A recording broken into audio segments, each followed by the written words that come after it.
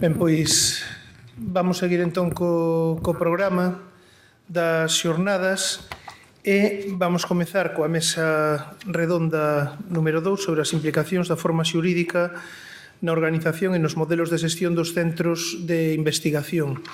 Temos unha mesa, pois integrada por expertos e expertas recoñecidos nesta materia para falar das diferentes implicacións financeiras, administrativas, organizativas das formas xurídicas destes centros de investigación. Temos, en primeiro lugar, a Luís Feijóo García, que é técnico da consultora EOSA.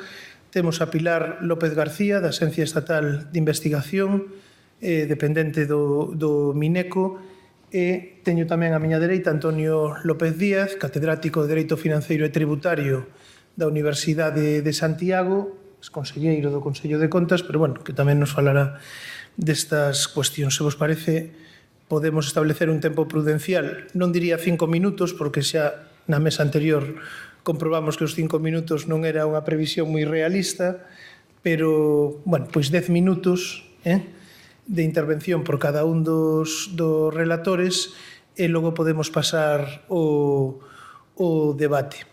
Eu, como moderador, farei un pequeno resumo e se desde o público non hai, intervencións espontáneas, intentarei eu suscitar ou repreguntar aquí aos relatores. Pois tería a palabra, entón, en primeiro lugar, Luís Feijóo García. Vou empezar, entonces eu. Bos días a todos.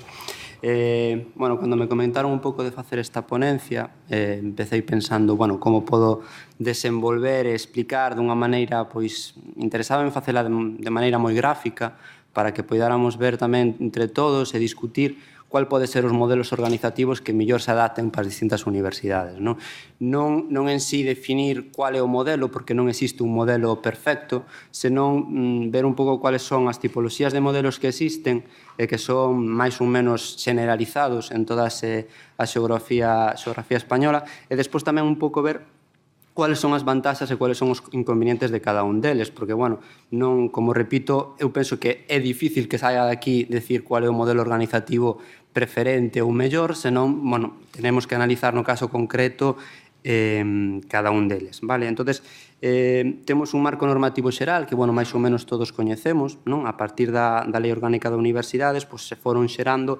distintas estruturas, establece esa posibilidade de establecer distintas estruturas para fomentar o que é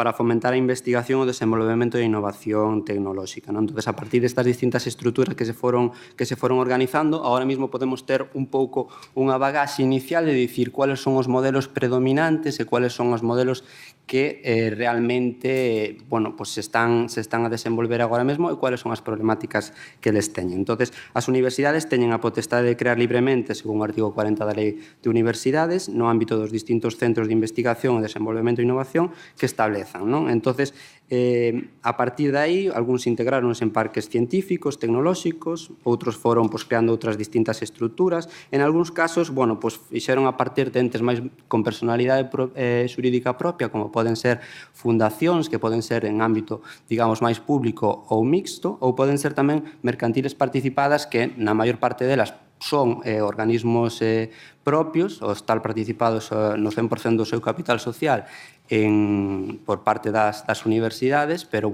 hai algunhas tamén exemplos que temos que non teñen solo capital público, vale?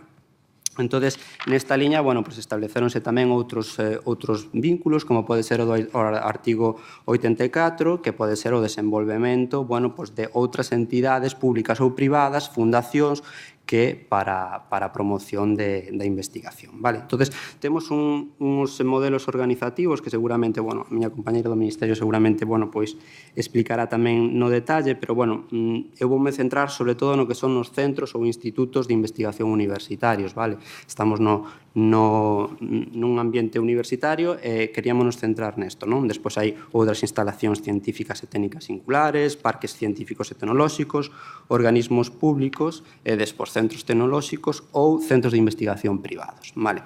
Entonces, despois dun análisis das distintas tipoloxías de entes que aglutinan un pouco estas actividades dentro do ámbito universitario, pois centramos en dous modelos, basicamente. Un modelo que pode ser un modelo centralizado, que son centros de investigación sen personalidade xurídica propia, que na maior parte deles teñen unha unidade de xestión autónoma adicional á universidade en sí. Vale? Entón, aquí temos uns casos representativos que todos coñecemos, como pode ser o CITIUS da USC, na Universidade Carlos III, además, ten unha regulación específica para intentar que este tipo de centros vayan encamiñados por este tipo de modelo, ou despois a Universidade Politécnica de Madrid, que tamén establece unha regulación para a creación deste tipo de entes.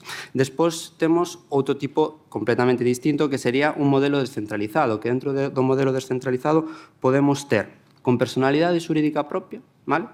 Que é o habitual, que poden ser unhas fundacións, vale? Ou tamén pode ser que teñan a través de sociedades mercantiles ou de fundacións privadas, pois que teñan uns centros de investigación pois diferenciados do que é a universidade.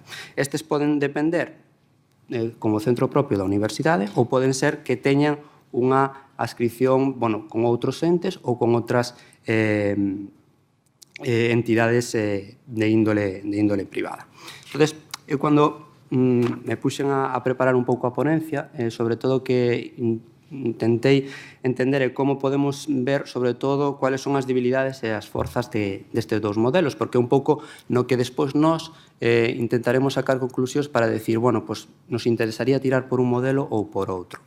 Vale, entonces establecei unha especie de semidafo, entonces na que empecé a relatar un pouco as debilidades de un modelo e do outro e tamén as súas fortalezas. Entonces, como dicía antes, non quero decir cuál vai ser o modelo, pues, digamos, primordial ou ideal, senón establecer agora un debate vindo un pouco cuáles son as fortalezas e as debilidades de cada un deles, pois podamos ver que se nos aplican aos nosos centros e ver como melloralas, vale?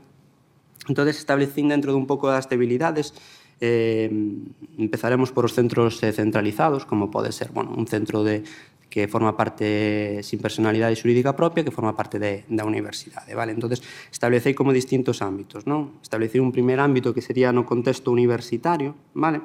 Entón, un problema que teñen estes centros, esta tipoloxía de centros, despois de facer un estudio deles, é a excesiva dedicación que teñen as actividades docentes por parte do persoal adscrito a estes centros, que non nos deixan participar moito no que é o desenvolvemento das actividades propias do centro. Entón, isto é bastante recurrente porque, adscribir persoal a estes centros non é complicado, entón, temos esa problemática, sobre todo no modelo de adscripción. Despois, dentro desto tamén, temos un problema bastante importante que é a ausencia ou dificultade de incorporación de persoal de apoio estable. Vale? Para establecer o desenvolvemento deste tipo de centros necesitamos un personal que desenvolva tarefas de xestión, asuntos económicos, infraestructuras, e adscribir a este tipo de persoal ao centro non é fácil.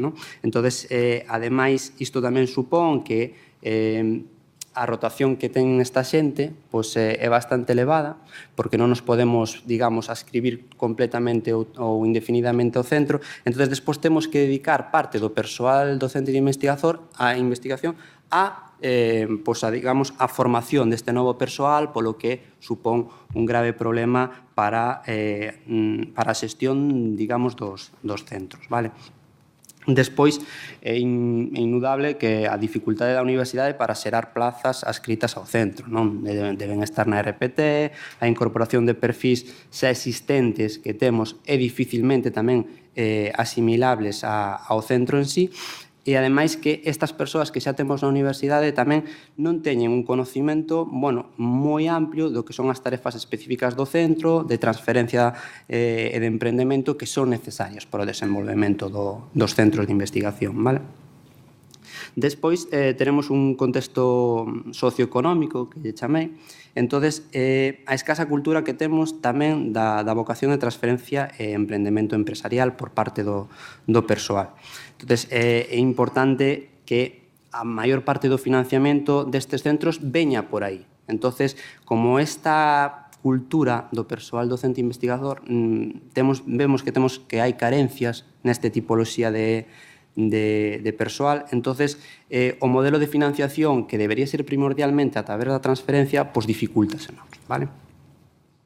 Despois, no marco do financiamento, seguindo, hai moi repetidas veces dificultades para que o persoal docente investigador adscrito participe en proxectos de financiación comunitaria. Vale? Entón, temos carencias tamén dese tipo. Entón, necesitamos un persoal que sexa encargado en temas de financiamento e que poida xestionar correctamente os proxectos de financiación, como poden ser os proxectos europeos, e no persoal docente investigador non o temos. Entón, esta tipoloxía de entes con dificilmente a escribir determinado persoal para estas actividades, dificultanos un pouco o desenvolvemento destas tarefas. Vale?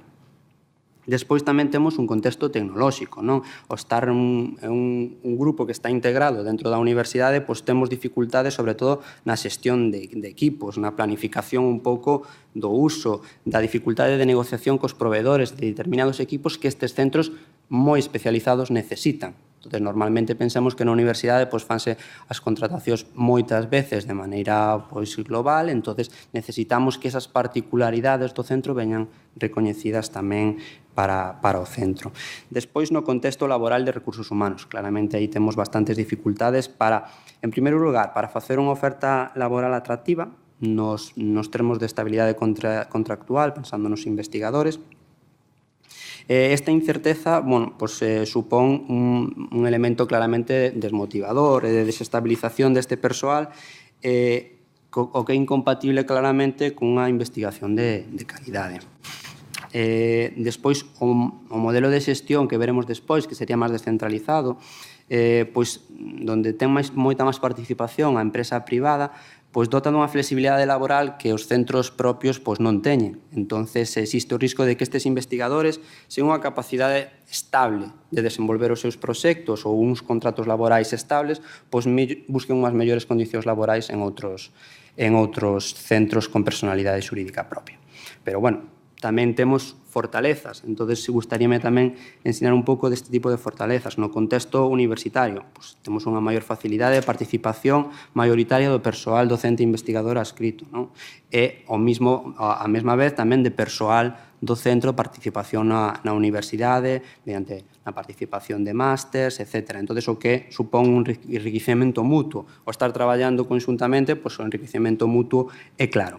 No marco de financiamento, a fortaleza é clara, é maior facilidade para concorrer a proxectos que van destinados, sobre todo, para universidades. Entón, a hora de xustificar as axudas, que temos moitísimos problemas a hora de xustificar axudas cando temos algún un programa de financiamento, atopámonos que o ter simplemente un NIF único xa nos facilita moitísimo esta labor. Entón, ter un ente sin personalidade xurídica propia para acceso ao financiamento favorece e moito esta labor. E despois, no contexto laboral e de recursos humanos, a formación, a capacitación profesional que pode adquirir un investigador no contexto das actividades desenvolvidas por os centros, tamén adquire o valor e prestixio da universidade. Claramente, estar dentro da universidade adquire o prestixio que ten a universidade no centro, e a dificultade que tamén teñen os centros que, digamos, máis alonxados da universidade ou con personalidade xurídica propia, a elaboración da súa propia marca, que necesitan ir facendo a súa propia marca pouco a pouco para poder ter ese, digamos, recoñecemento diferenciador do seu desenvolvemento das actividades do centro. E despois, terminando un pouco cos centros centralizados, a apreciación que teño é que é moi importante que se vamos por un centro centralizado ou descentralizado, como, lle chamou aquí o programa, eu segui un pouco esa definición, aunque non sei se é de todo o máis correcta posible, pero si é ilustrativa, importante que as universidades tendan a unha regulación do modelo, vale? Entón, se nós pensamos que o modelo debe ser un modelo centralizado con centros de investigación propios sin personalidade xurídica, o importante é regulalo. Temos exemplos claros, como, por exemplo, a Universidade Carlos III de Madrid ou a Politécnica de Madrid tamén, que utilizan unos modelos de regulación específicos para o desenvolvemento de todo tipo de centros, vale? Entonces, a mí o que me parecería interesante é que unha vez que unha universidade defina un modelo, que ese modelo que veña regulado e que veña exactamente previstas todas as características e o modelo un pouco de creación e de desenvolvemento de actividades mediante un instrumento xurídico apropiado. Vale? Despois estaríamos cos modelos descentralizados, que o que acabo de decir vale tamén pos modelos descentralizados. Se tendemos por un modelo descentralizado, deberíamos un pouco establecer o marco que vamos a seguir, se vamos a seguir un marco, digamos, máis mercantil, como centro propio, non como centro propio, incorporación das entidades privadas, mesmo na fundación, como vai ter que ser o padroado, se o padroado vai ter que ser maioritariamente da universidade. Bueno, todo eso deberíamos definirlo un pouco nun marco normativo básico. Nos centros descentralizados tamén fixen un pouco o mismo esquema, non? Empecé falando das debilidades que teñen. Entón, no contexto universitario, a non dependencia exclusiva da universidade pode supoñer que non existe unha total correspondencia ca política científica e a universidade en cuestión. Pode ser que, por exemplo, o centro que vaya un pouco por o seu lado, non? Entón, isto sí que nos supón pode ser unha problemática a hora de establecer unha política científica que queremos que desenvolvan os centros de investigación, vale? Entonces, ante esta posible falta de control da universidade, habría que establecer uns mecanismos de control axeitados, porque senón pode ser que nos supoña un problema para a continuación das ideas que nos temos para os centros de investigación. A incorporación de intereses alleos tamén o que é a fórmula estratégica da universidade, que isto pode ser unha desventaxa, pero tamén pode ser unha fortaleza no sentido de que pode ser que gracias a esta incorporación de intereses alleos, que o desenvolvemento do centro que sexa mellor. E despois a debilidade da marca, do que falábamos antes. Pode ser que pouco a pouco exista unha debilidade da marca do centro, porque é un centro novo, ou tamén pode ser que a importancia deste centro que nos debilite a marca da universidade. Entón, iso tamén é importante pensar que pode ser que o centro que vaya moi ben, que sexa referencia e que nos debilite a imaxe de marca en favor do centro. Outra debilidade que temos tamén é que moitos deles non son medios propios da universidade. Ao non ser medios propios da universidade, temos moitas máis dificultades tamén á hora de financiamento. Entón, limítansenos claramente as axudas orientadas á investigación dirixidas a universidades, e ao ser entes con personalidade xurídica propia, a xustificación das axudas destinadas a centros universitarios, se nos dificulta claramente porque temos que xustificar que un centro debería ser un centro propio, inda que ten un NIF distinto, pero moitas veces as administracións públicas, ao ver NIFs distintos, xa nos piden algunha aclaración e pode dificultar a hora da concesión da axuda ou da xustificación da mesma. Despois, no contexto laboral e de recursos humanos, dificultades tamén de asignar personal de investigación á universidade ao centro. Personal da universidade que traballa nunha entidade con personalidade xurídica propia pode crear algún tipo de conflito laboral. Despois tamén no contexto tecnolóxico tamén temos que ter claro tamén a titularidade dos resultados de investigación e a participación das universidades neles. Por iso é moi importante que establezcamos un modelo con un mecanismo en que deixemos claro como van ser a titularidade dos resultados das investigacións. E despois a xestión de equipamentos e infraestructuras dependentes da universidade utilizados polo centro. Temos que establecer un mecanismo tamén de dicir de compartir eses equipamentos e esas infraestructuras e ao mesmo tempo que sexan o que necesitan os centros. Como parte de fortaleza de puntos positivos deste modelo descentralizado, no contexto universitario temos facilidade de incorporación de persoal de apoio estable para tarefas de xestión, innovación, asuntos económicos e infraestructuras, o que facilita moitísimo o que é o desenvolvemento de actividades do centro. Claramente, para todo tipo de centros necesitamos persoas que se encarguen da xestión, que dos asuntos económicos, de infraestructuras, e ascribir persoal docente ou que veña da universidade, moitas veces non é fácil. En cambio, aquí temos unha facilidade de incorporación maior.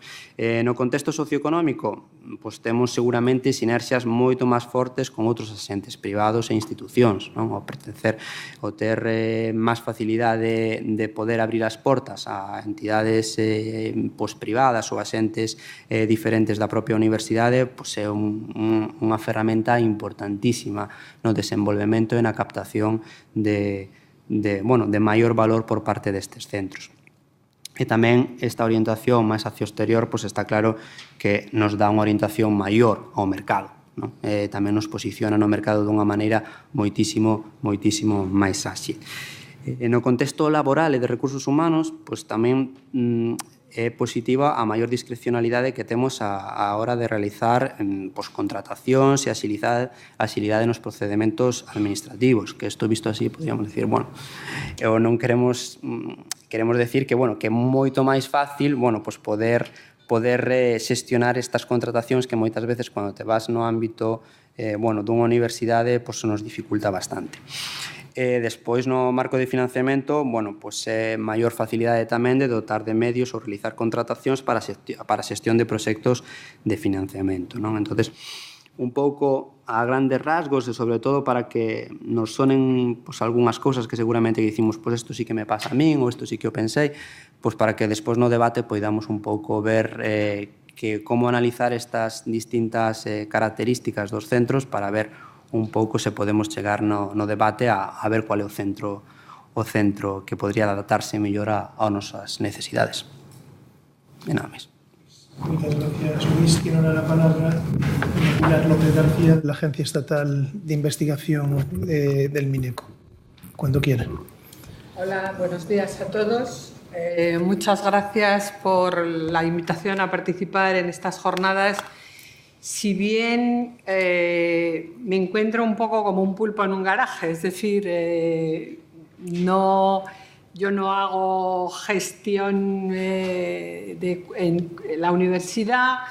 Efectivamente, aquí figura que pertenezco a la Agencia Estatal de Investigación. Entonces, lo que voy a intentar es explicar un poco en qué situación está en este momento, qué es lo que se supone que se espera de ella. Y también, de alguna forma, voy a empezar brevemente a decir por qué yo he aterrizado en la Agencia Estatal de Investigación, porque algunos de los que me conocen, yo soy investigadora en el campo de prehistoria.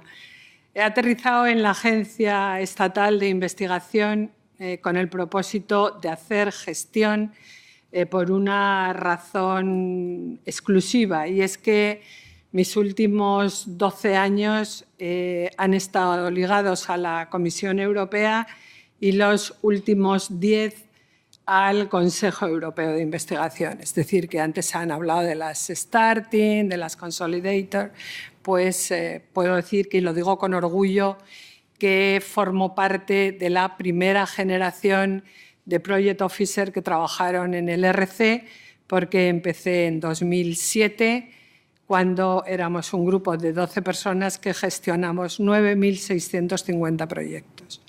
Entonces, la experiencia que me ha proporcionado estos 10 años en el RC, que me parece un modelo, auténticamente un modelo a seguir.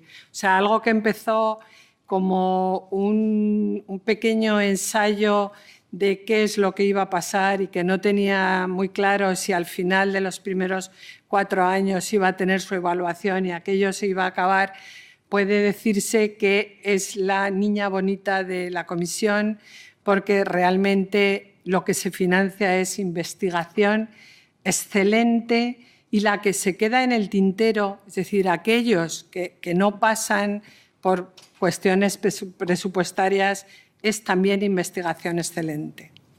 Entonces, la experiencia que me ha proporcionado llevar paneles de evaluación desde el área de arqueología e historia, que es la mía, hasta química, biología molecular, biomedicina, física, y he acabado en los últimos 6 años llevando el panel de psicología, pedagogía y lingüística. Bueno, me dio la posibilidad de pensar que a mi vuelta quizá pudiera ser útil en vez de incorporarme a mi investigación, que evidentemente después de 15 años estaba muy oxidada, probablemente mi experiencia podía servir para ayudar a que la agencia española siguiera, no soy yo evidentemente la que fija la normativa, pero dar algunas pinceladas de lo que podía ser la agencia. La agencia se inscribe dentro del denominado Plan Estatal de Investigación de 2013 a 2016, que por razones estrictamente presupuestarias, es decir, los presupuestos generales del Estado están prácticamente todavía encima de la mesa, no se ha podido aprobar el Plan Estatal 2017-2020 y lo que se tiene en este momento es una prórroga del último Plan Estatal. El Plan Estatal español se hace en un momento donde la crisis española está en su punto álgido, en 2012. Entonces, aunque lo que intenta el Plan Estatal es seguir la directiva del Horizonte 2020, sería el octavo programa marco que empezó en Europa en 2014, hay cosas en las que evidentemente puede seguir una línea paralela y hay cosas en las que evidentemente no la puede seguir, entre otras cosas porque uno de los puntales fuertes en el Horizonte 2020 es la implicación de las empresas en la investigación y ahí están las pymes fundamentales para la investigación en Europa y que en España realmente todavía tienen muy poca repercusión en lo que es en la investigación, en algunos campos más, pero otros campos verdaderamente está fuera del alcance. En cualquier caso, lo que ha hecho el Plan Estatal de 2013 a 2016 es seguir las mismas pautas. Es decir, en el Horizonte 2020 se plantean 8 retos a seguir que en España son los mismos retos. Se establece las convocatorias de los proyectos, como todos vosotros conocéis, que son los denominados los que van por excelencia o los que van por retos. Una sería la investigación básica y la otra sería una investigación aplicada. Se intenta, yo creo que en parte lo han conseguido, que el sistema de evaluación sea similar al que se sigue en Europa, es decir, es una evaluación por pares, con referees externos que hacen una evaluación remota, que remiten al coordinador en lo que era la ANEP, ahora explicaré la ANEP en qué se ha convertido, y eso luego se procesaba en la Subdirección General de Proyectos y seguía el mismo esquema. Dentro de este Plan Estatal de Investigación 2013-2016, como digo, en revisión, es decir, ya existe un primer borrador de lo que va a ser el de 2017-2020 y espero que salga publicado después del verano. Lo que se establece es la creación de la Agencia Estatal de Investigación. Agencia Estatal de Investigación que resulta curioso que haya agencias por comunidades y el Estado no tenga una agencia propia. Además, prácticamente yendo al revés de Europa, que prácticamente todos los países tienen una agencia de investigación. De hecho, una de las dificultades mayores que yo tuve que pasar en mi entrevista en Bruselas es que provenía de un país que no tenía agencia de investigación. Entonces, ¿cómo me quería incorporar a una agencia europea de investigación cuando resulta que yo no tenía ninguna referencia nacional? Me salvó que en ese momento yo estaba en Inglaterra y el que me entrevistaba era un inglés, entonces decidió que, bueno, ya sabía bastante. Bueno, a lo que vamos.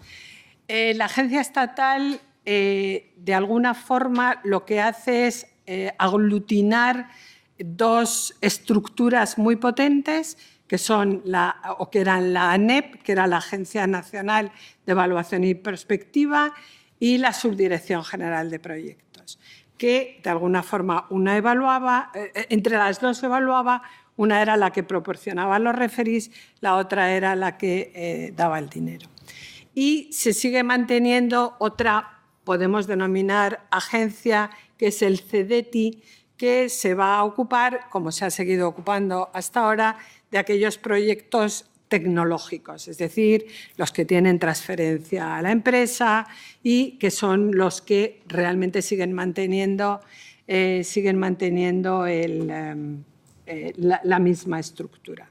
Entonces, en este momento, la agencia está en un proceso interno de organización, una vez aprobados los presupuestos, porque la idea es que la agencia tenga, como no puede ser de otra manera, tenga su propio presupuesto, al margen de las vicisitudes económicas que surjan en el Ministerio de Economía, Competitividad y como en este momento es Mineco, no sé en el futuro a qué ministerio pertenecerá. Entonces, en principio, la idea es que manteniendo las mismas convocatorias que hay hasta ahora, es decir, se siguen manteniendo la convocatoria de excelencia, convocatoria que salió ayer, publicada en el BOE, va a seguir manteniendo la publicación o la presentación de proyectos a retos con una lista de 7 retos que son idénticos a los 7 retos que aparecen en el Horizonte 2020. Se va a seguir manteniendo el apoyo a los centros de excelencia, por tanto, las convocatorias de Severo Ochoa para centros de excelencia y las María de Maeztu para las unidades de excelencia.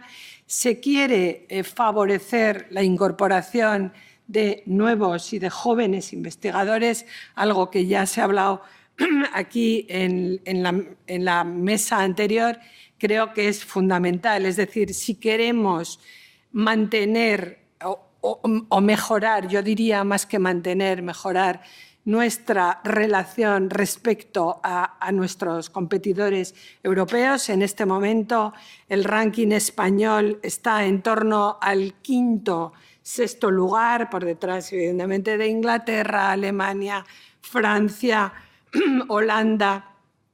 Si incluyéramos a Suiza, que es un país asociado, por tanto no computa igual que los países miembros, iríamos detrás de Suiza, porque Suiza, para lo pequeño que es un país con una tasa de éxito increíble, le pasa lo mismo que a Holanda. Lo que tenemos que hacer es apoyar a los jóvenes investigadores, recuperar talento. O sea, yo estoy convencida y se ve, o sea, la tasa de éxito que tienen los españoles en el RC o en las convocatorias europeas, en realidad se cuenta no como españoles, sino a la host institution a la que van, es decir, al país al que se van. Probablemente si a los RCs españoles existentes se les sumaran los que se van fuera de España porque entienden que tienen más posibilidades fuera de España, probablemente nuestro ranking subiría por lo menos un punto. Entonces, me parece fundamental que tanto el plan estatal como la agencia apueste por el apoyo a investigadores junior, investigadores senior, apoye la contratación y el apoyo a gestores de I+D+I, es decir, aquellos que van a gestionar los proyectos de investigación europeos, que es fundamental, y en este sentido yo creo que la agencia española va a seguir en esa línea. Algo que se está planteando la agencia y que me parece fundamental es el seguimiento de los proyectos. Es decir, cuando yo tuve la primera entrevista en la agencia, una de las cosas que pregunté es ¿cómo hacéis el seguimiento de los proyectos? Y me dijeron, cuestión clave, has dado.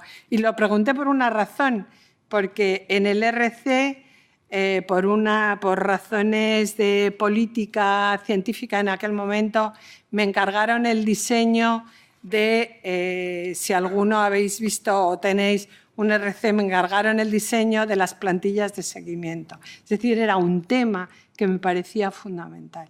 Entonces, cuando yo le preguntaba aquí, me han dicho, no, es que realmente el seguimiento fundamental que se hace es el seguimiento financiero.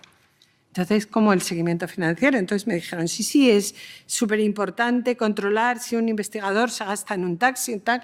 Entonces, claro, es una cosa que dije, pues es que me parece que evidentemente no se va a dejar la parte financiera, no nos vamos a olvidar de ella, porque lo de la frase esta de los gatos, a lo mejor efectivamente cada uno hacíamos lo que nos daba la gana, pero me parece que es fundamental hacer un seguimiento científico que vaya seguido de un seguimiento financiero, pero difícilmente se puede justificar el seguimiento financiero si no se ha justificado previamente el seguimiento científico.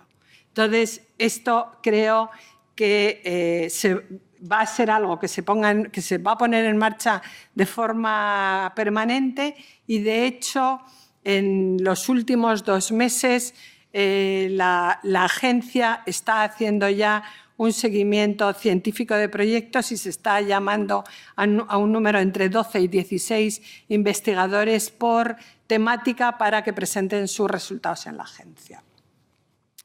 Poco más tengo que decir, casi puedo explicar más a preguntas concretas. La agencia evidentemente era algo necesario. Es necesario que tenga su propia autonomía, su propio equipo permanente de gente para que los proyectos sean llevados por las mismas personas desde que empiezan hasta que acaban y se vea un seguimiento continuado y no que ahora lo coge uno, luego lo coge otro, porque eso crea un cierto descontrol.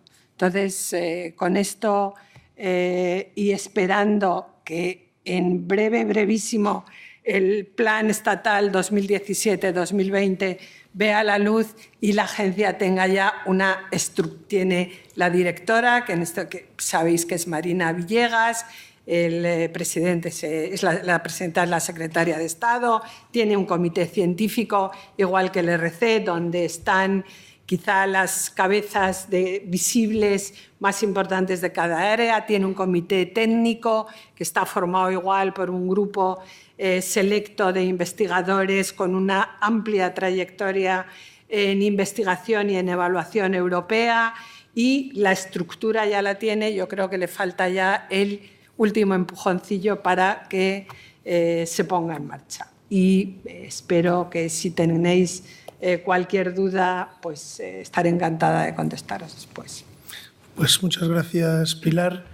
Ten agora a palabra, tamén por un tempo prudencial interpretado con flexibilidade, o profesor Antonio López Díaz.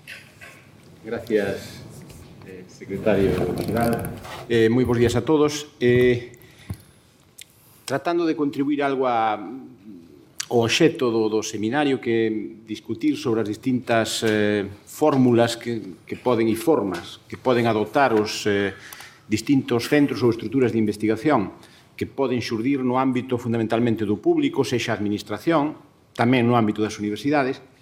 Lóxicamente, eu non teño recetas que dar, pero sí me parece que merece a pena reflexionar sobre algunhas das cousas que nos debemos preguntar cando tratamos de pensar sobre cal é a estrutura máis axeitada que debemos darlle, cal é a mellor solución para crear unha estrutura de investigación. En primeiro lugar, a mí me parece que tanto a forma xurídica queremos darlle, como outra cuestión clave a que dedicarei uns minutos ao final, como é o financiamento, as dúas cousas son instrumentais. Iso non é o obxectivo final. O obxectivo final ten que ser investigar, mover un pouquiño a fronteira do coñecemento, obter resultados. E logo temos unhas cuestións que son instrumentais, que nos deben axudar a conseguir os obxectivos, que son a forma xurídica que queremos darlle e un dos elementos instrumentais básicos é tamén o financiamento.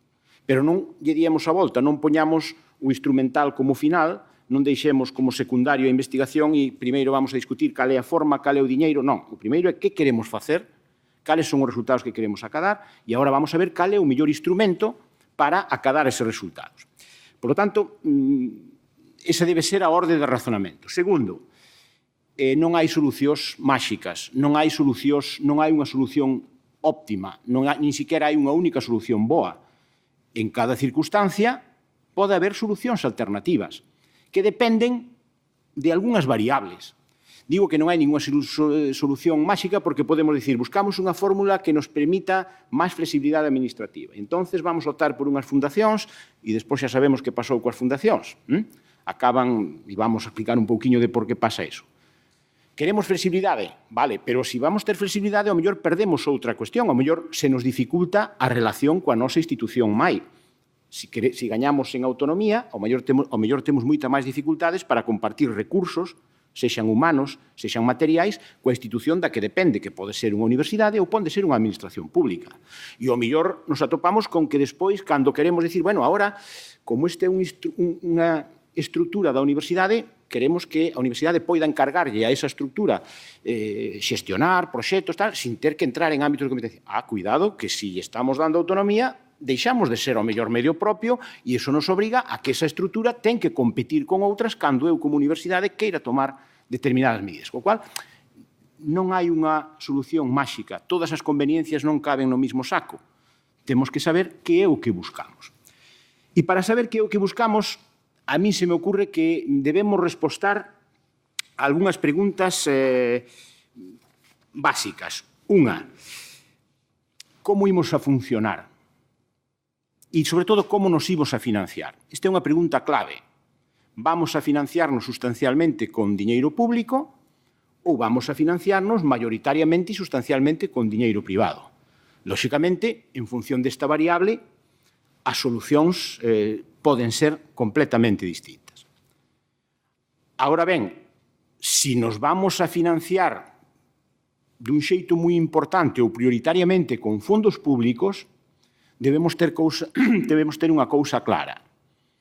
Vai a ser moi difícil, cando non imposible, escapar dos rigores e os controles do público. O que non podemos ter é financiamento público e xestión privada, sin recursos. Eso non é posible.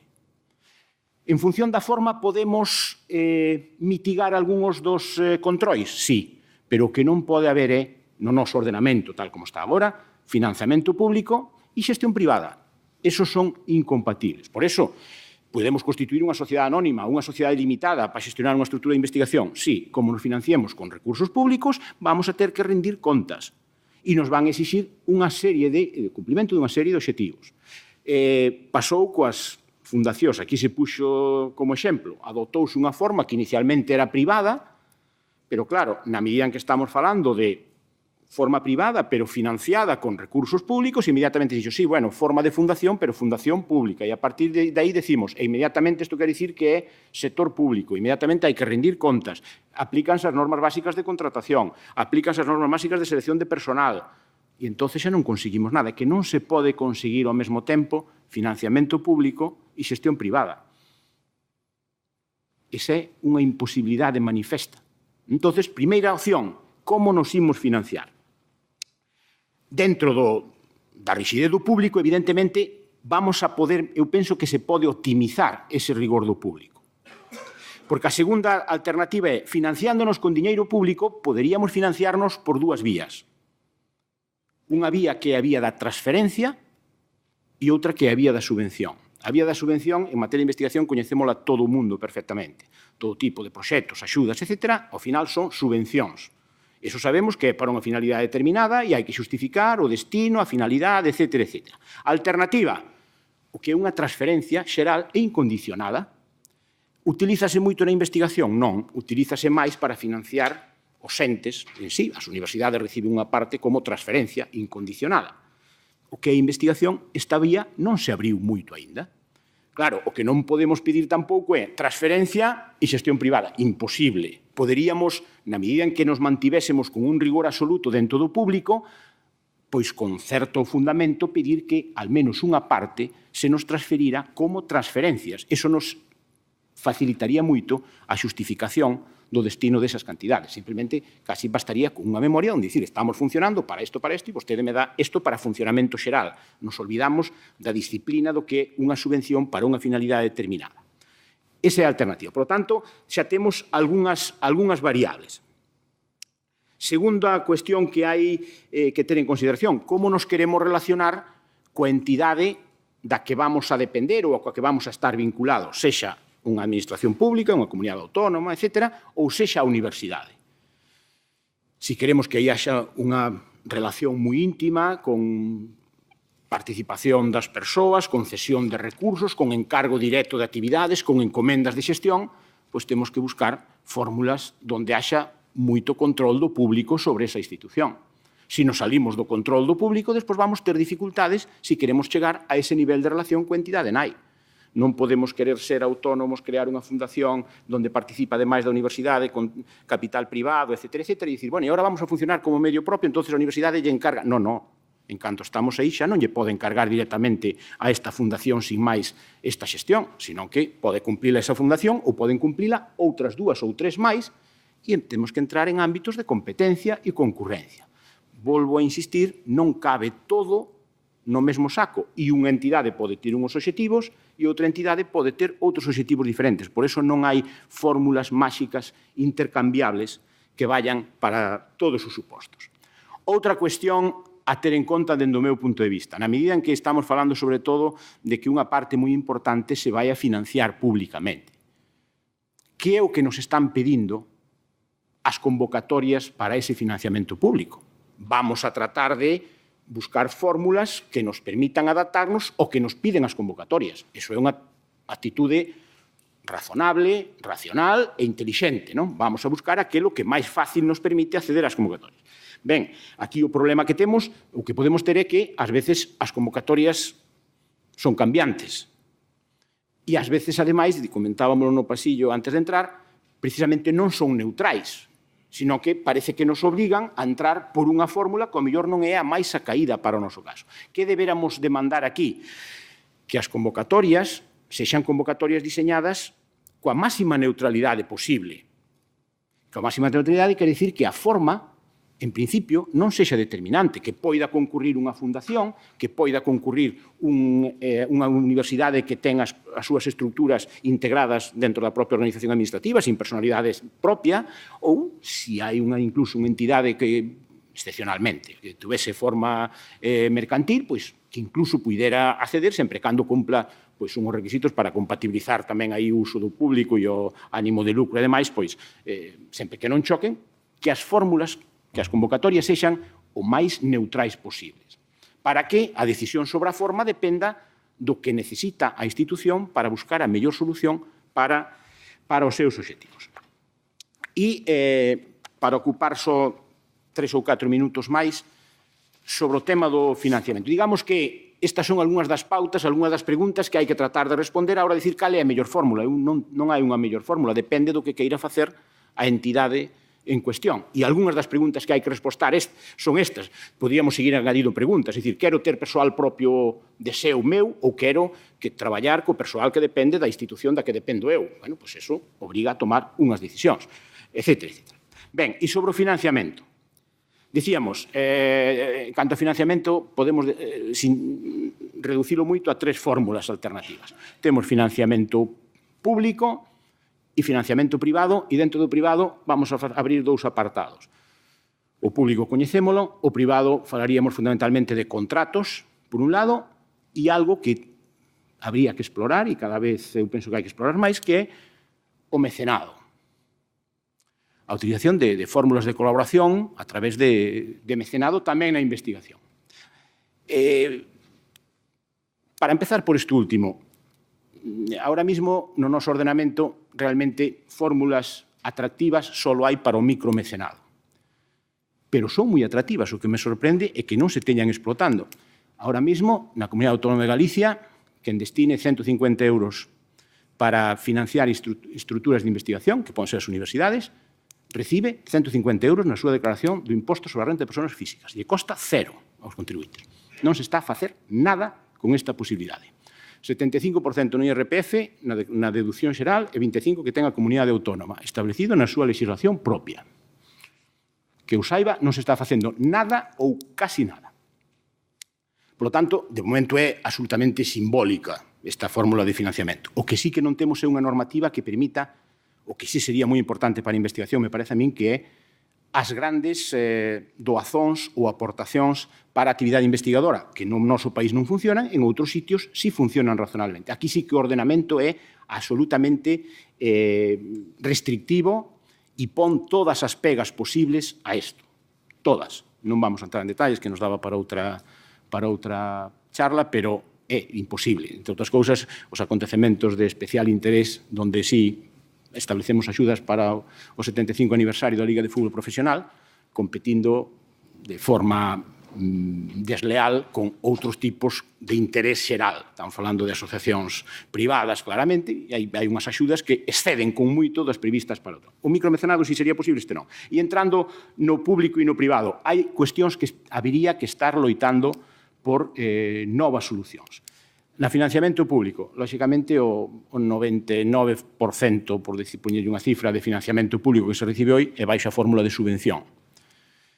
E todos sabemos as dificultades que supón a fórmula da subvención. Unhas xustificacións hasta última céntimo de gasto que se nos exixen ás institucións públicas igual que se exixe a unha institución privada. A lei prevé outras posibilidades. A lei prevé memorias simplificadas, onde non habería que entregar as facturas, unha por unha dos gastos realizados.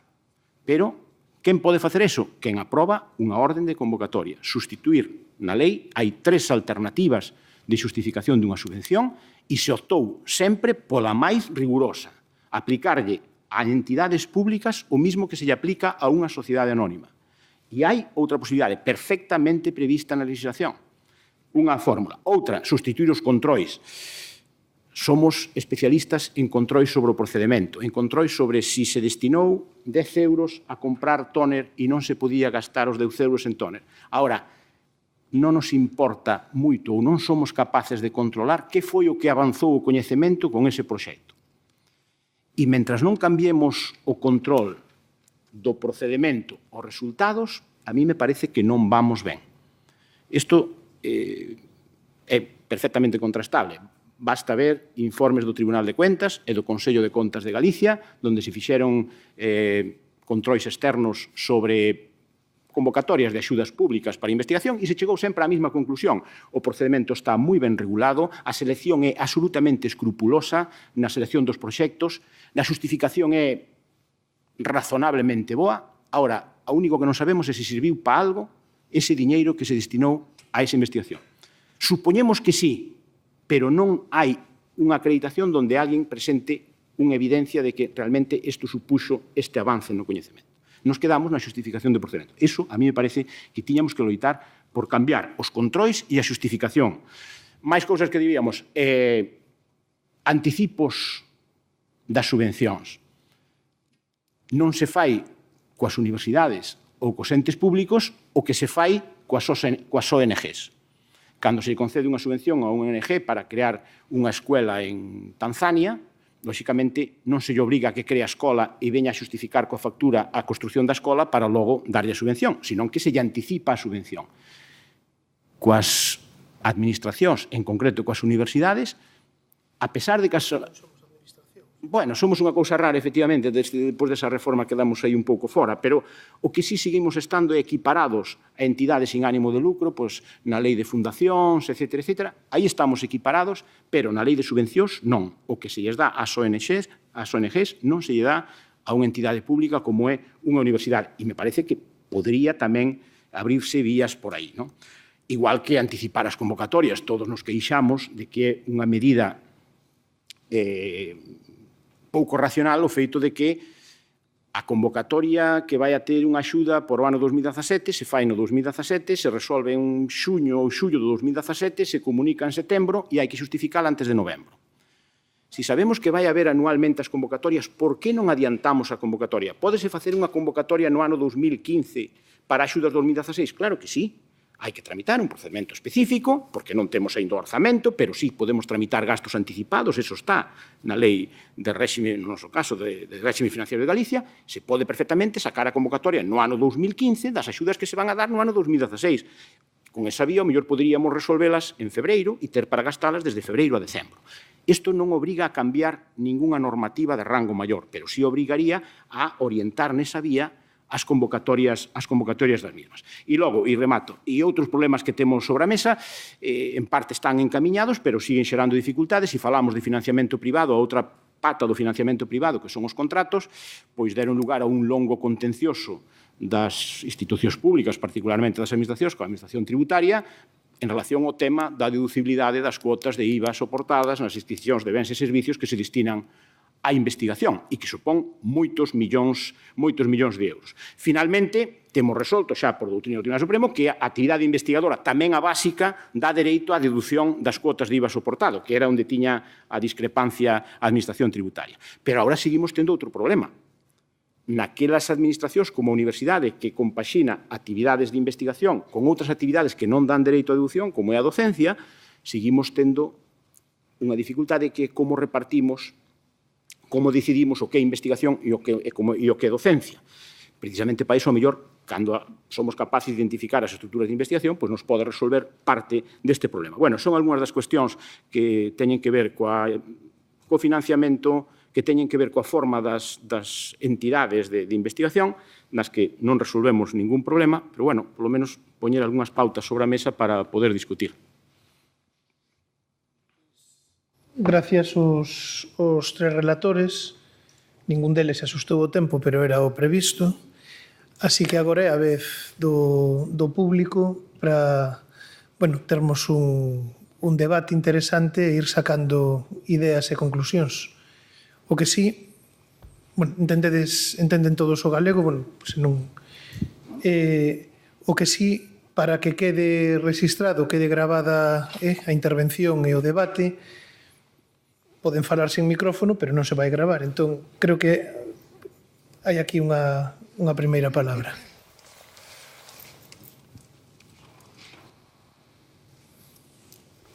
Hola, buenos días. Soy José Manuel Torralba. Primero, agradecer a Pilar la presentación que ha hecho. Me ha sonado música celestial algunas cosas que has dicho y simplemente me gustaría luego charlar contigo un rato antes de que te vayas. Y luego hablar con Antonio López, catedrático de Derecho. Yo antes, cuando he expresado algunas cuestiones que tenían que ver con el control de lo público hacia lo privado, estos temas, yo no estoy reclamando que la Administración Central de pronto diga barra libre a las fundaciones y que se haga lo que quiera. Estoy reclamando pequeñas holguras que son dependientes de muchas leyes que tienen que ver a veces con el Estado y a veces con las autonomías. Por ejemplo, la Ley de Presupuestos del Estado marca los niveles de tasa de reposición de las entidades que están bajo sometimiento, independientemente del techo presupuestario que puedan tener lugar.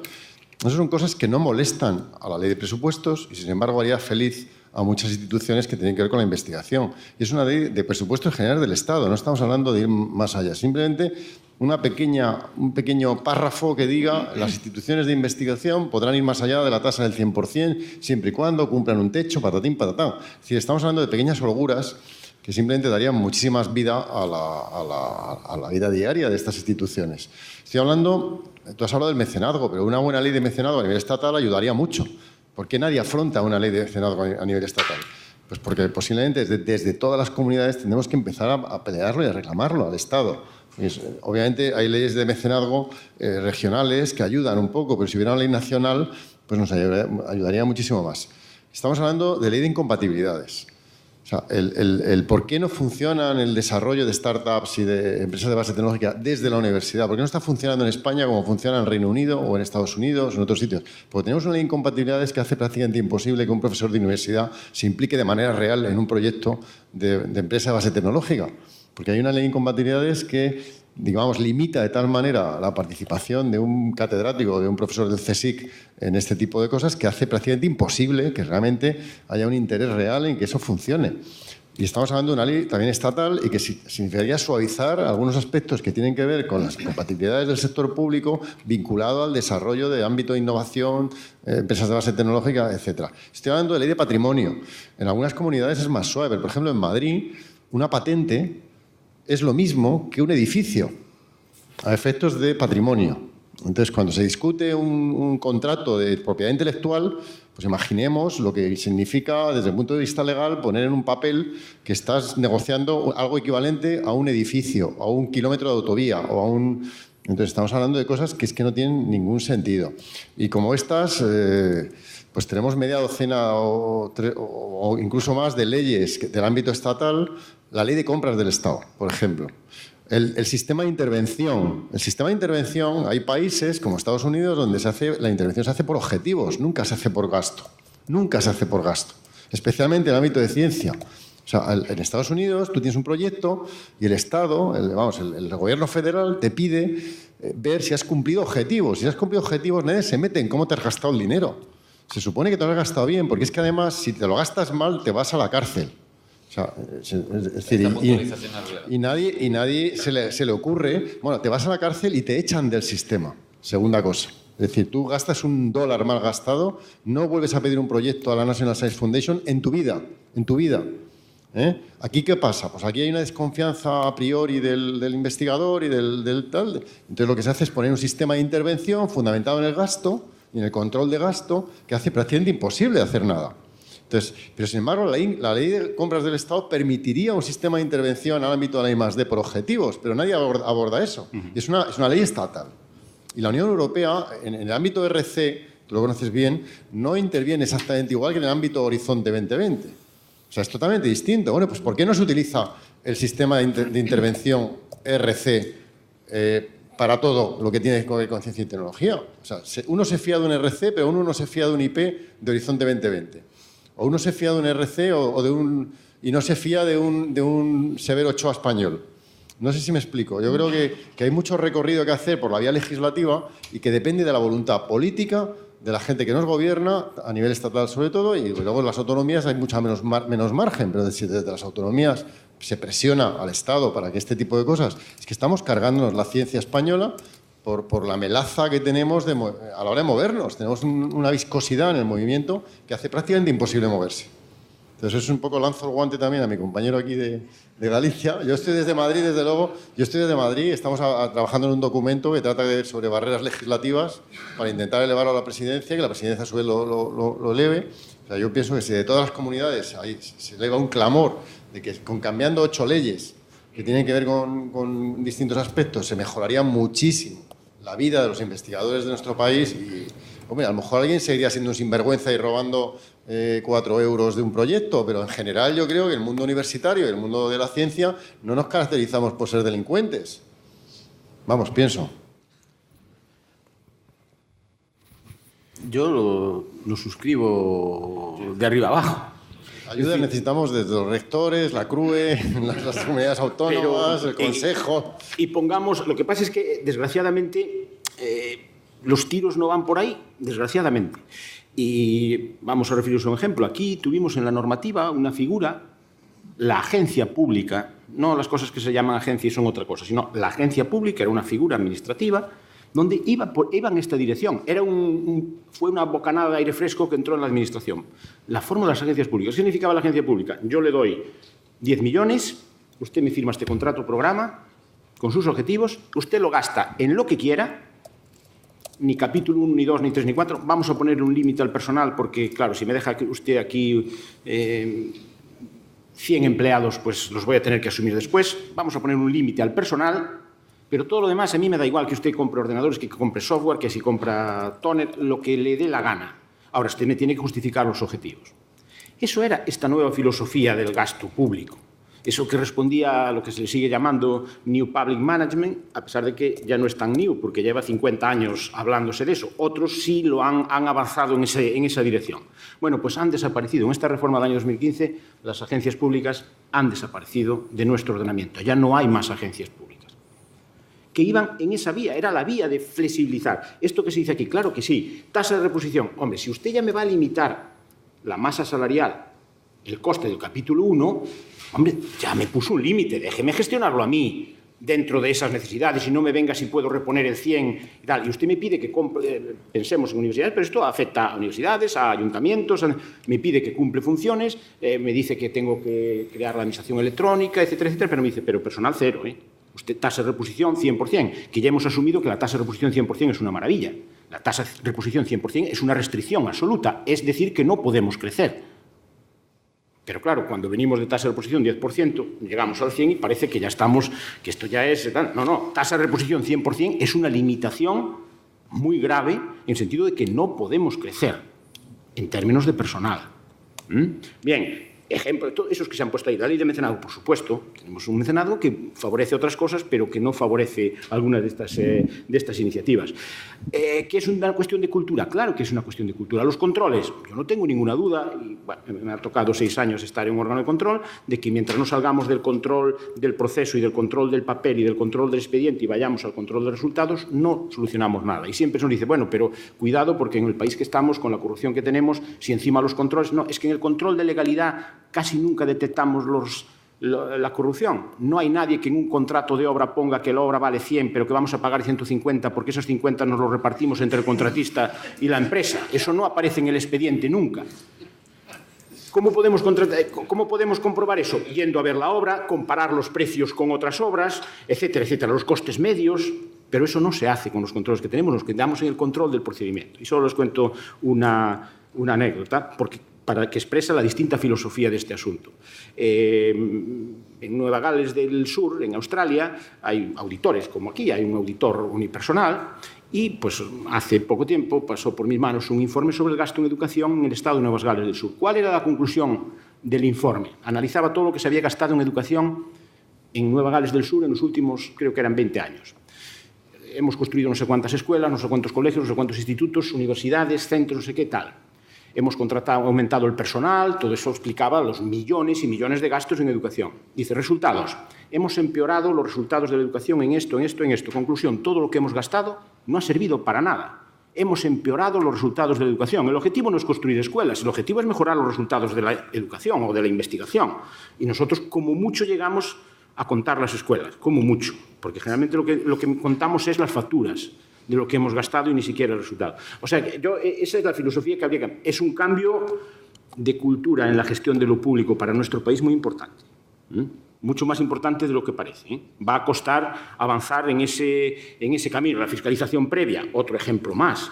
La fiscalización previa, el modelo de intervención, pues es un modelo que pretende decir, bueno, yo no voy a fiscalizar el resultado, voy a fiscalizar el proceso. Si el proceso está bien, de acuerdo con la ley, yo presumo que el resultado va a ser bueno.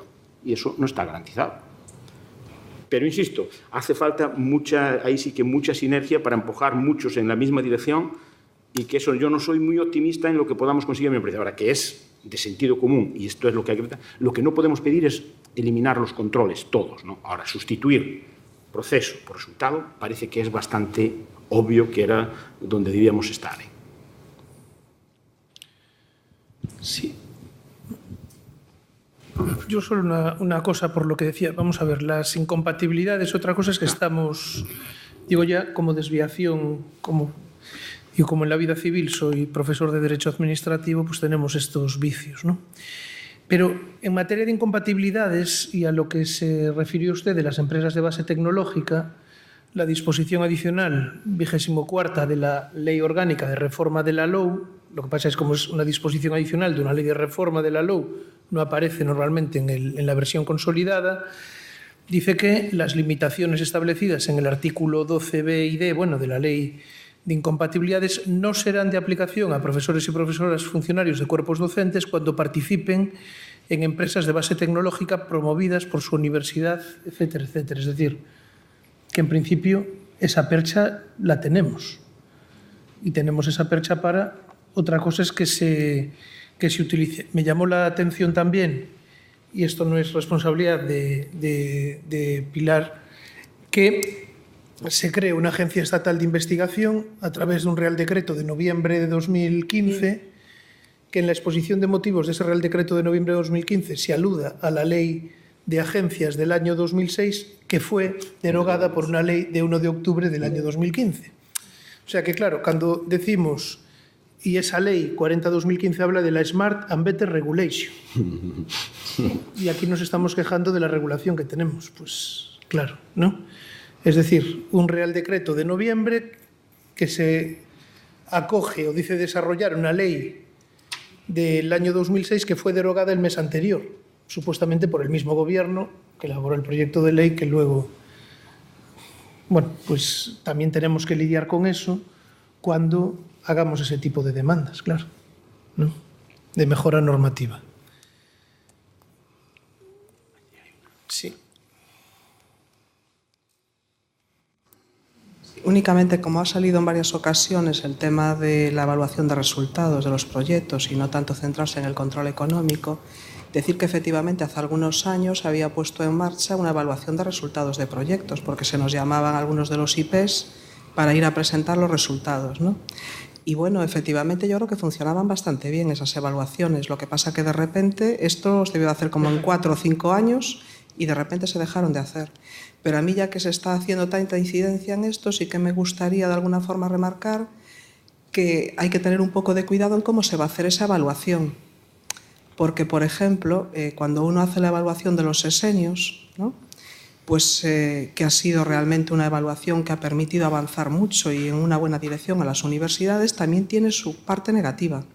Y la parte negativa es que coincide tanto en que las publicaciones tengan determinados indicadores, pues al final los investigadores viven, como diría yo, en una autopista de publicación. Todo para publicar, lo que sea para publicar. Y eso hace que yo, vamos, en mi opinión, en mi humilde opinión, hay muchas cosas publicadas que realmente deben estar mal. Yo sí veo los números de publicaciones que tienen algunos investigadores, es que no da tiempo ni siquiera a que las lea con calma. Por tanto, o mientras como también leo, o no hay forma, ¿no? Por tanto, sí que habría que dar fórmulas que realmente permitiesen una evaluación de la investigación de calidad y que no fomentaran esa carrera por investigar. Por publicar, perdón. Sí, yo, a eso, por ejemplo, puedo contestar con la experiencia que me ha dado el RC. Lo que vimos en el RC y en la asistencia que estoy teniendo a las evaluaciones que se hacen en la actualidad en la agencia, lo que me he dado cuenta es que tanto en un sitio como en otro, es decir, los investigadores ahí somos todos iguales en todas partes, cuando nos piden resultados, intentamos colar todo lo que se ha publicado, relacionado con el proyecto o el cuento de Caperucita, todo. Entonces, eso en el RC, en principio, se resolvió obligando a poner al investigador principal que esa investigación en concreto era financiada por el RC, es decir, en algún lugar de la publicación tenía que aparecer el número del proyecto, la referencia y el título. En el RC una cosa que se hace es, hay una unidad que se dedica de analizar los resultados, quieren hacer una metabase de resultados y de hecho ya está publicado que en los 10 años que lleva en marcha pues se han publicado, no sé, son 40, 50.000 publicaciones. Lo que se vio es que una vez que pedimos eso, el número de publicaciones cayeron. Entonces, que dijeron, no, pues que vuelvan a poner todas. Yo no era partidaria. O sea, y entonces lo que se hace es, cuando ocurre eso, como al que lleva la revisión científica le obligan, nos obligaban cuando estaba yo ahí, a revisar publicación por publicación y ver que efectivamente eso figura, si no aparece por ningún lado, lo que había que contactar con el investigador principal y que te explicara por qué razón en esa publicación que él había puesto no aparecía el RC. Yo lo que estoy viendo en las revisiones que está haciendo en este momento el Mineco es que efectivamente hay investigadores que cuando llegan se ha hecho una plantilla que es bastante similar a la del RC. Una de las cosas que se les piden es número de publicaciones, número de publicaciones en revistas de impacto, libros, capítulos de libros, presentaciones a congresos y patentes. Entonces, una de las cosas que yo me he fijado, que efectivamente hay gente que es absolutamente meticulosa y te pone, pues dentro de este proyecto me da tiempo a publicar 4 cosas, y hay gente que le da lo mismo, y entonces te ponen 30. Claro, te llama la atención, es que no hay tiempo material de escribir 30 publicaciones en 1 año y medio. O sea que lo que has comentado, efectivamente, el Ministerio llevó a cabo durante unos años la revisión, eso se paró, pero afortunadamente ha empezado este año, se va a hacer de forma continua y se está revisando área por área. La idea es no llamar al mismo investigador, por lo menos que si no han pasado más de 6 años entre una revisión y otra, y si toca volverle a llamar por otro proyecto se le llama. Pero tienes razón en eso. Un comentario sobre los sesenios. Sesenios. Ya que salió la pregunta, no tiene mucho que ver con esto, pero ya que salió, un comentario. Que va en la línea de eso que se dice. Yo creo que es un ejemplo manifiesto de cómo cuando nos empeñamos distorsionamos algo que nació para una cosa completamente diferente y le hemos convertido en algo que no era, y eso explica lo que está pasando. Leo el decreto de retribución del profesorado universitario que dice que el complemento específico tiene varios apartados y tiene 4 que es complemento de productividad. ¿Quién sustituyó productividad por excelencia? Los sesenios son el complemento de productividad del profesorado universitario. Y dice a continuación, el profesorado universitario podrá someter la actividad investigadora realizada cada 6 años a una evaluación en la que se juzgará el rendimiento de la labor investigadora desarrollada durante dicho periodo. Es el complemento de productividad del profesorado universitario. Entre todos, lo hemos convertido en otra cosa. Pero eso no era lo que decía el decreto de retribución del profesorado. Es el complemento de productividad. Lo hemos convertido en un complemento de excelencia. Yo creo que hemos tenido culpa todos, unos más que otros, desde luego, pero no era esa la función de los sesenios.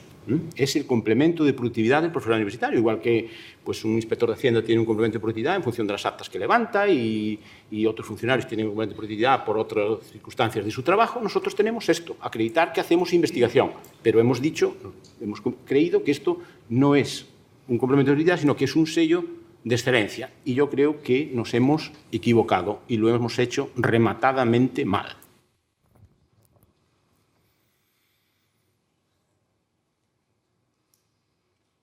¿Alguna outra intervención?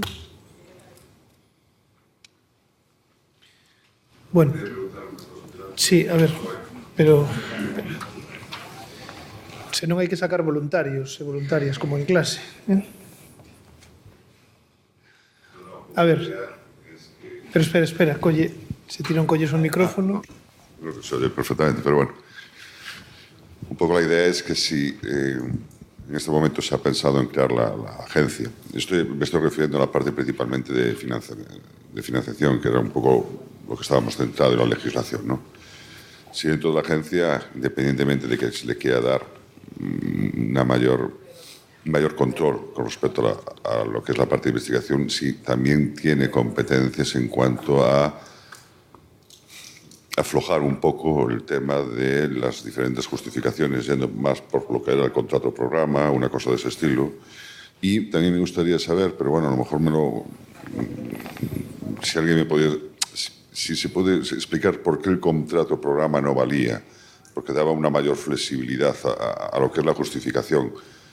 De alguna manera, no sé si es que de alguna manera también vienen muchas cosas impuestas por Bruselas, porque también es una consecuencia de todo. Bueno, hay más implicaciones, ¿no? Pero Pilar, estaba comentando antes que era una pregunta sobre ti, para ti, vamos, que era si en esa agencia que estáis constituyendo ahora, va a empezar a funcionar, de alguna manera tenéis alguna potestad para también trasladar o tomar iniciativas en cuanto a la reglamentación del tema de las subvenciones o del tema de cómo justificar los dineros o cómo por dónde van? ¿O solamente estáis centradas en la parte científica, como os dijésemos? Entiendo que va la justificación, es decir, la agencia en este momento ha establecido 3 grandes departamentos, uno que es el de evaluación y seguimiento científico y hay otro que es de seguimiento económico.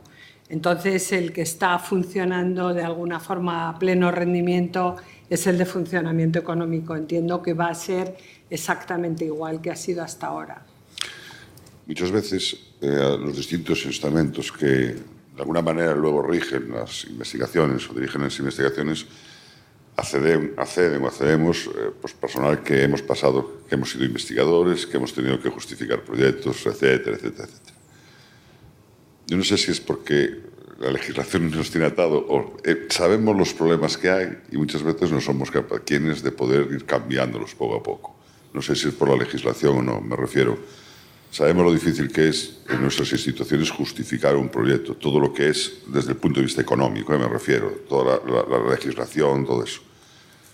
Y nos gustaría muchas veces fórmulas que desde las administraciones nos permitieran fórmulas más ágiles, sin ánimo de decir, sin evitar controles. Pero cuando llegamos arriba, a lo mejor no somos quienes para cambiar eso, o no somos capaces, o ¿por qué? En las presentaciones a las que yo estoy asistiendo ahora de la justificación de proyectos, los investigadores principales prácticamente de todas las áreas, da igual humanidades, que biomedicina, que física, todos plantean lo mismo. El tema de la modificación. Al parecer, y lo digo por lo que llevo oyendo por las explicaciones que dan los responsables que se ocupan de esta historia, es que el investigador principal pide un proyecto con una cantidad y hasta el momento el Ministerio da la mitad, la cuarta parte, la tercera parte. Con lo cual, entonces lo que hace el Ministerio es manda una hoja con, creo que se llama algo así como presupuesto provisional aprobado. Si el investigador lo acepta, tiene 2 posibilidades, o decir 3, lo acepto tal cual, lo rechazo o lo rechazo con modificaciones, puesto que si me dan la mitad, tengo que hacer la mitad de los objetivos. Lo que yo llevo entendido hasta ahora es que eso es de difícil aprobación, porque si reduces el número de objetivos o los modificas o los cambias, el proyecto debería volver a reevaluarse, porque ya no es el mismo proyecto. Con lo cual, si lo aceptas, el problema que yo veo, porque yo en alguna vez he comentado, ¿y por qué no lo rechazáis?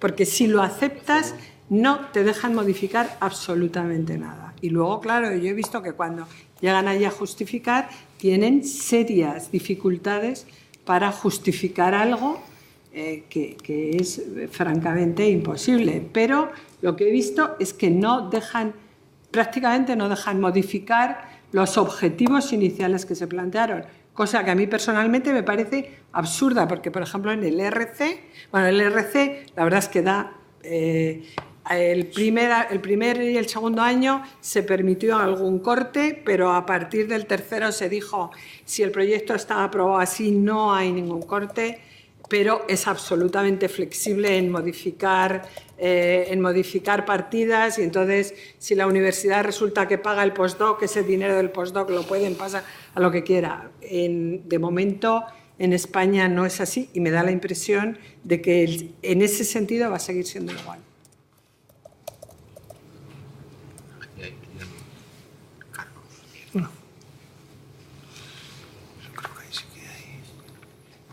Yo creo que está siendo una mesa muy informativa. La única cosa que echo de menos es que no hayáis traído al de Nueva Canarias, al tal Quevedo, para intentar cambiar todas las normativas esas que decíais. Pero vamos a ver, yo lo del seguimiento, la justificación, lo veo realmente ya una batalla perdida. Pero lo que sí me gustaría saber es hasta qué punto, con la nueva agencia, podemos mejorar lo que es el proceso en sí de selección. Y el proceso de selección y de evaluación de proyectos, etcétera, ¿no? Y me refiero, por ejemplo, en los temas de recursos humanos, por ejemplo, a una entrevista a los candidatos a Cajal, cosa que todos llevamos reclamando desde hace tiempo, y en el caso de los propios proyectos, el hacer una evaluación más cualitativa. Yo creo que en muchos casos el problema que tenemos siempre es de que se nos pide de que puntuemos en cada apartado. O sea, no importa que un proyecto sea muy bueno, que el investigador publica en Nature, pero si no puede puntuar en dirección de tesis, no puede puntuar en transferencia, etcétera, automáticamente le baja la puntuación. O sea, hasta qué punto el nuevo cambio en la agencia, independientemente de que ya veo que hay una estructura económica que va a seguir chequeando todo lo otro, en la parte científica sí va a poder ser más flexible y un poco mejor en ese aspecto. En este momento estamos trabajando con el borrador de la evaluación, es lo último que yo he visto. Y en principio, o sea, la teoría es buena, es decir, se van a seguir utilizando revisión por pares. De alguna forma, la impresión que yo tengo es que van a combinar, o sea, no va a ser algo totalmente nuevo, sino que van a combinar lo que había con lo nuevo, porque, por ejemplo, a pesar de que ha desaparecido la ANEP, este año han nombrado lo que llaman coordinadores ANEP, y yo he preguntado, si no hay ANEP, ¿por qué nombran coordinadores? Pues no lo sé, nadie me ha respondido. Entonces, los coordinadores ANEP, en principio, son los que eligen los evaluadores externos. El proceso de evaluación me da la impresión de que va a ser igual, que va a existir la plantilla esta con las evaluaciones, pero teóricamente debería ser algo muy, muy similar a lo que es el RC, que sería evaluación por pares. La evaluación llega a la agencia, el coordinador revisa todas las evaluaciones, si todas van en la misma línea no hay ningún problema, él o ella emite un informe. Si son muy divergentes, entonces se llama a los evaluadores a ver por qué razón han dado una nota o han dado otra, o se pide una opinión nueva que de alguna forma desatasque la situación. Pero no está todavía, o sea, está en borrador, no está todavía definido.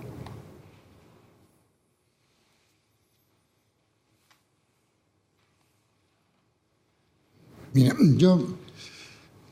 que yo soy muy mayor y llevo mucho en esto, ¿no?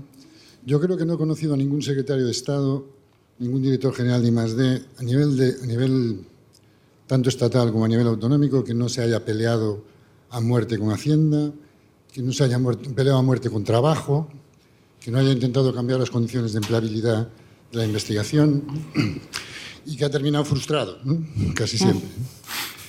Es decir, esto es una variable de contorno con la que llevamos conviviendo un montón de años, ¿no? Y que no nos queda más remedio que seguir conviviendo con ella y tratar de amoldarnos lo mejor posible, ¿no? Y evidentemente hay políticas laborales, hay políticas financieras, pero también hay políticas científicas y también hay políticas de I+D, que son las que realmente inciden y cambian, a veces mucho más despacio de lo que nos gustaría, pero que inciden directamente en el comportamiento de los sistemas de I+D autonómicos y nacionales, ¿no? Y tenemos importantes experiencias y éxitos en ese ámbito que han ido cambiando realidades y han ido conformando nuevos modelos, ¿no? Y que al mismo tiempo nos han ido permitiendo avanzar. Muchísimo más despacio de lo que nos gustaría, ¿no? Pero de alguna manera hemos ido consiguiendo cosas, ¿no? No se trata sistemáticamente caer en la tentación en la que caemos todos, en la que seguimos cayendo, de retorcer el marco para intentar adaptarlo a aquello que queremos hacer, ¿no? Sino establecer medidas que nos permitan hacer lo que queramos hacer con el marco que tenemos, ¿no? Eso es lo que, en teoría, deberíamos intentar hacer, ¿no?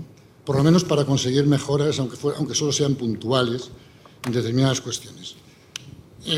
Tenemos instrumentos de gestión de políticas de recursos humanos y de incorporación de talento, experiencias autonómicas importantes que son en gran medida transmutables a otras realidades autonómicas parecidas. Tenemos instrumentos de desarrollo de estructuras de investigación en entornos complejos y complicados como los catalanes, como el madrileño, que a lo mejor en regiones como autonomías como la nuestra, donde el sistema científico de I+D es muchísimo más sencillo, a lo mejor no es necesario complicarlo tanto a la hora de elegir instrumentos. Hace muchos años, ya a finales de los 90, se discutía que el modelo de financiación de la I+D en España había dado de sí. Es decir, un modelo de financiación sustentado en la financiación por proyecto, en la cual fundamentalmente todo el modelo de financiación circulaba alrededor del IP, tenía unas limitaciones importantes de crecimiento fundamentalmente estructural e institucional. Y que el sistema de I+D español carecía de estructuras. Tenía un gran problema estructural, un gran problema institucional, tenía muy buenos investigadores, pero tenía muy pocos centros, ¿no? Y tenía muy poca estructura de este tipo, ¿no? El Plan Nacional, sin embargo, no ha cambiado, ¿no? El Plan Nacional, el único instrumento de desarrollo institucional que ha sido capaz de crear ha sido el de Severo Ochoa, ¿no? Que es una miguita dentro del sistema y que además ya sabemos dónde está concentrado, ¿no? Madrid y en Barcelona, básicamente, y por qué y cómo, ¿no?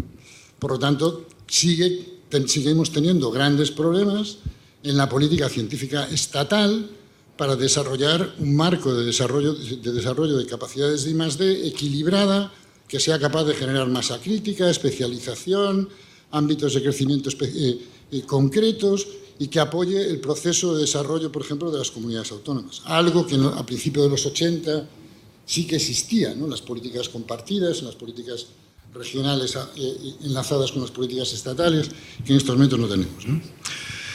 ¿A dónde quería llegar yo con esta historia? A lo que quería llegar aquí es a que, independientemente del marco jurídico, que evidentemente tenemos que cambiarlo, y a lo mejor los canarios nos ayudan a ello, ¿no? Tenemos instrumentos los instrumentos de política científica son cruciales a la hora de impulsar transformaciones en los modelos y en los sistemas de innovación y de I+D autonómicos, ¿no? Y que en estos momentos tenemos instrumentos disponibles que, bien gestionados, adaptados al sistema de I+D que uno tiene, puede seguramente promover un desarrollo específico. No es una casualidad que un debate sobre esto en Galicia se haga en torno al SUG, al sistema universitario. Porque en Galicia, y que no me oiga nadie, ¿no?, las capacidades de I+D y de innovación que existen, la inmensa mayoría están en la universidad, ¿no?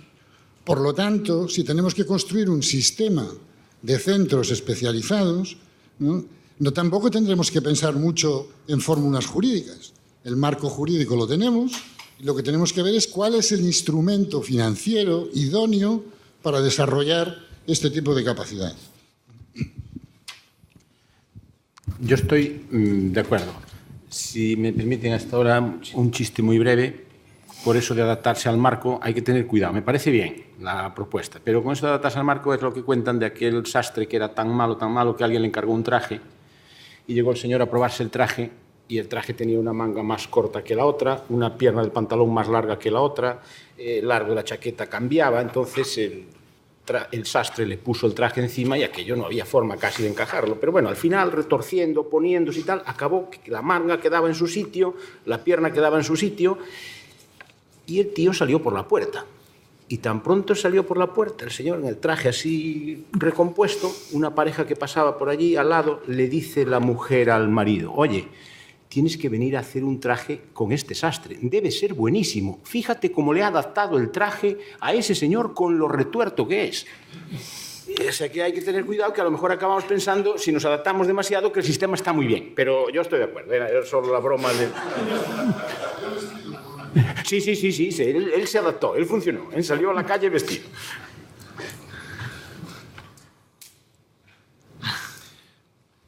Bueno, pois...